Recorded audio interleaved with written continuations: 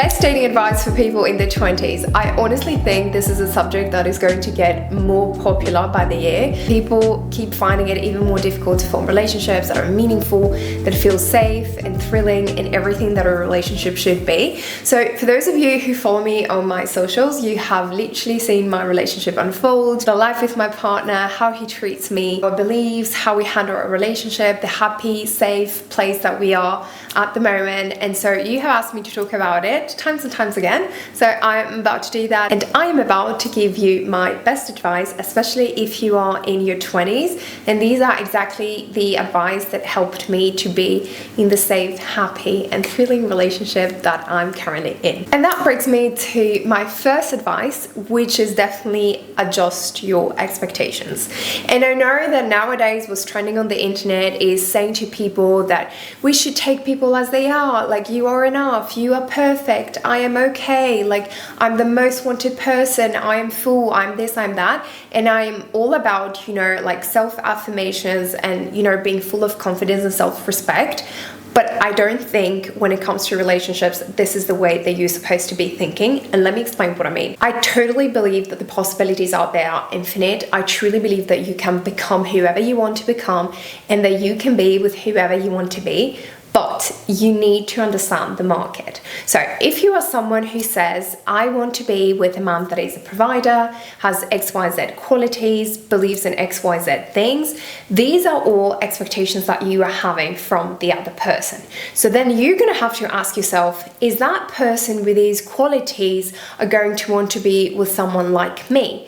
But not say it in a way that you're looking at yourself and saying I'm not enough, but in a way of like understanding that certain people want certain things in their partners. Because if you think about it, exactly the same way that you are having several expectations when it comes to your partner, the exact same way your partner has expectation in terms of the woman he wants to be with. And these expectations can have something to do with the way you dress, the way you talk, the way you socialize, the way you present yourself, and a million other things. So I don't think, advising people to just feel like, yeah, I'm perfect, there's nothing else to change, there's nothing I should add to my personality or like to my skills is good advice, because that's not how people form relationships. So if the answer to the question, am I the woman who can be with that man, is no, you have two options. Number one is you can go for another person that has a completely different profile, that also is looking for different things in a partner that maybe you already have those things. Or two, you can decide that you're going to become that person. And this is the moment where you're going to have to pinpoint the things that are missing right now from, let's say, your character or your presentation or your interests or your hobbies, and just go for those things, acquire those things, or like improve those things, so you can actually become part of like the target market of the person you're aspiring to be with. Number two, yes, but he's a good guy, should literally be an illegal thing to say. Now listen to me very, very carefully. We are not dating people because of the goodness of their hearts or because there is a lack of good people out there, because I promise you there isn't. The whole idea of like forming relationships, and especially in your 20s, is creating little ecosystems that are more powerful because two people came together and they put their abilities and their knowledge and their emotional intelligence together, and they've managed to create something better compared to what these people were on their own.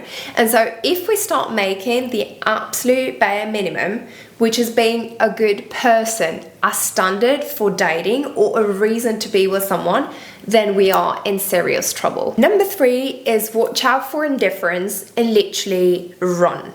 This definitely hits home because I feel like most women have been in one of those relationships or situationships where indifference was present, and we didn't even realize it in the beginning because we are naturally giving people excuses for anything and everything they're doing wrong. But anyways, indifference can look like so many things. It can look like someone who never plans things. It can look like someone replying to your messages after 10 hours because he was too busy. It can look like never asking, how are you? How was your day? It can look like, you know, never initiating dates. It can look like, you know, calling you randomly after, I don't know, like 3 days of like ghosting you. Literally can look like a million different things. None of this can or should be excused. And I will give you one phrase that I read back in 2022, and it literally changed my perspective on this. So I was obviously going through a situation, and this is why this phrase really hit home. And the phrase is actually by Nietzsche. I was reading one of his books, and I'm going to actually read you the exact phrase because I don't want to get this wrong. So basically he was saying, those who choose to remain silent almost always lack internal kindness and refinement. Silence is an objection, and swallowing your words forcibly leads to bad character. And if you're asking me, indifference always comes in some sort of like silence or absence, and we are definitely not doing that. Number 4, and this is especially for the ladies in their 20s, your standards should be yours, not your generation. If you want to have a life that is different than everybody else's life, then you need to be doing different things. You need to be dating different people. You need to be making different choices than most people's choice. You just need to do things differently. And to make this even more concrete, if you want to be with a guy that opens the door for you and takes you out on amazing glamorous dates and does things that most people in your generation don't do, you are allowed to want that. If you want to be with someone that prefers to go in a fancy restaurant instead of a club on a Friday night, then you are allowed to be with that person, and you are allowed to choose that person and only that person. You don't need to date people that have the standards that your peers have or your generation has just in order to blend in and fit in with what everybody else is doing. Your life is yours. Your partner is also going to be just yours, and so you should make your choice based on what you want, not based on what looks trending or okay for the society or like the small circle you are currently in. And this is just a small interruption to let you know that if you're actually enjoying the advice and you want more practical steps, more advice on how to grow your confidence, how to embrace your femininity, how to dress, how to socialize, how to manifest that guy, that relationship, that dream job, how to change your entire mindset towards life, then I have written a guide. It's called A High Value Woman. You can find it on the link in my bio, where I explain all that, and it's specifically made for women in their 20s who really need a textbook, a roadmap on how to embrace the femininity, pursue their self-development, and just level up and go after everything they've ever dreamed of. Number 5 is definitely, it's not too late and it's not too early. And I've definitely had some conversations lately, or like I've watched a lot of like content of people telling women it's too early to do this, like you're too young, you should enjoy your 20s, or like, oh my god, you're too old to be doing this, you should right now look for someone, or like you should live your life this way. And oh my god, this couldn't be further from the truth. If you're 21, 22, 25, you know, and you're like, I want to get married and I want to have kids like right now, like in the next 2 years, you are not too young. This is your life, your priorities, and that's totally fine. If you are someone that you're like 27, 29, 28, and you're like, yeah, but I don't want kids right now, I want to, you know, like work a little bit on my career or like do some traveling and just find a partner that wants to travel with me, have adventures with me, and like we're gonna figure it out later, that's also totally okay. You can definitely do that. But the most important thing is to understand what you want for yourself and then look for people that want the same things as you. Because the reason why most relationships fail nowadays is because people don't look for people who match their priorities and their needs, but they always look for the people that are trending or like that they're available. Because if you are a woman that says, I want to have kids and get married in the next 2 years, dating the handsome digital nomad that is about to go backpacking in Latin America for the next 2 years is probably not the best option for you, even though I'm sure it's trending. Number 6. You have to remember that your past experiences determine your future patterns of behavior.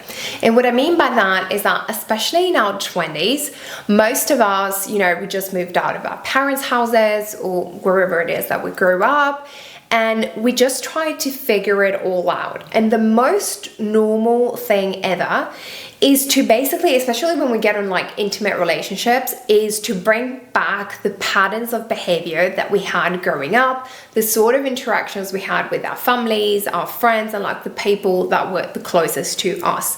And that could be a great thing, but it could also be a very dangerous thing. And what I mean by that is that, fortunately or not, a lot of people nowadays, they carry a lot of trauma, and a lot of that trauma is somehow related to either their families or like their friends. And when they get into intimate relationships, they transfer all of that toxicity or all of that pattern of behavior into their intimate relationships without even acknowledging that this is what is happening. Because a lot of people going through pain or going through trauma, they end up saying, I'm never gonna be like my mom or my dad or this friend of mine that like really hurt me and like misused me and like exploited me or whatever. But the truth is that, especially when you have conflict, the first thing your brain does, or like your body or like your behavior, is just repeating patterns and behaviors that are familiar to you. And that pattern is not necessarily a healthy one. So if you are someone and you grew up with some, conflict or toxicity or any sort of like situation like that, first of all, it's not your fault, but you need to do something about it if you want to have a happy, safe, and healthy relationship. So what I recommend you to do is, other than obviously, like have some sessions with a therapist, if that is an option for you, but if that's not an option, the first thing that I would do is actually acknowledge the situation. So just take a list, right? And just recall last time you had an argument with your partner. How did you deal with it? Like, what was your reaction? Did you have any sort of like patterns or behaviors that you actually hate and that you were saying, well, I'm never going to do this. I'm never going to be like that. And if that's the reality, then just make that list, put it somewhere where you can see it. And next time you're having an argument or a conflict, just do your best to not do any of those like little toxic reactions or like have any of those toxic patterns that you hate and that you don't want to have, because at the end of the day, the only one that's going to pay for that sort of like situation is you and your partner. And also, I definitely recommend communicating with your partner, like in a serious relationship, of course, not if you're just seeing someone like for the second time. Like, communicate where you're coming from, your pain, your trauma, and all that. So also the other person can understand, that it's not against them, it's not personal, it's just that you don't know any better, but you're actually trying to get better and do better. Number 7, your relationship should be good for your soul, not your ego. And that's another big, massive trend I see on TikTok, I see it on Instagram, I see people talking about it, and I just couldn't disagree with it more. What trend am I talking about? This whole of like, I don't cook, I don't clean, I'm the boss babe, I am this, I'm that. If that's what you want in life, then I'm right there with you. You should do what feels good for you. But what I want you to think about is like, take a minute and ask yourself, do you really enjoy being with someone that you can outdo them in anything and everything? Do you enjoy being with someone that you can control? Someone that you feel like you're smarter than this person, you can out-earn them, you can outwork them, outperform them, just outdo them in every single way. Being around people that are better than us, it helps us grow. It doesn't take anything away from us. And I think this is very particular to women, because if you can have everything that you could have ever wanted, you can have the money, you can have the title, you can have the career, you can have the baby, you can have the recognition without your man, then why do you even need that person? And that's not to say that you shouldn't be with a man, but that is to say that you need to have high standards. You need to be looking for people who can help you grow and evolve and become better, instead of people that help you validate your ego and say every single day, I'm better at this, I can do this on my own, I don't need anyone, I can do everything. Just because you can do it all, it doesn't mean that you should do it all. And just because you can do it all, it doesn't mean that you couldn't do it better. Number 8, and this is my final point, is that your value isn't just one thing. As women, we have a tendency to overpower certain things or certain qualities, and then those qualities then have power over us. So a lot of times as women, we say, my value is in the fact that I can cook an amazing meals and my husband or my boyfriend loves it, or my power lies in the fact that I can make X figures a month, or my power lies in the fact that I'm a good mom, or my power lies in X thing or Z thing. It could be like small things or like big things, but we tend to perceive ourselves and our entire value as women based on that small quality. And that isn't true. And other than the fact that this isn't true, we often set ourselves for failure when we tend to think like that, because we tend to overstress all the time about being perfect at that one thing that we think determines all our value, and that we think is the reason why the other person is dating us or is with us or is in love with us, and so on and so forth. But in reality, your value doesn't lie in any of that. Your value lies in your resilience. Your value lies in your ability to care about people, in your ability to show up for people. It lies on your femininity, your ability to nurture, your ability to empower people and empower yourself, your ability to love unconditionally, your ability to try, your ability to go after your dreams. These are the qualities that make you who you are, not that little thing that is a result of all those qualities and of all your effort in life. So next time you go on that date, or next time you go on that job, or next time you go anywhere, walk in that room and look at yourself and say, I deserve to be here. I was born to be here. And that is exactly the moment that you start attracting the top tier kind of people, and not the I can replace you anytime kind of people. Because if you can replace me, you can have me all together. Thank you so much for watching. I hope this was actually helpful. Don't forget to subscribe. Don't forget also that I have all of my socials and all of my resources in my bio, and I will see you next week.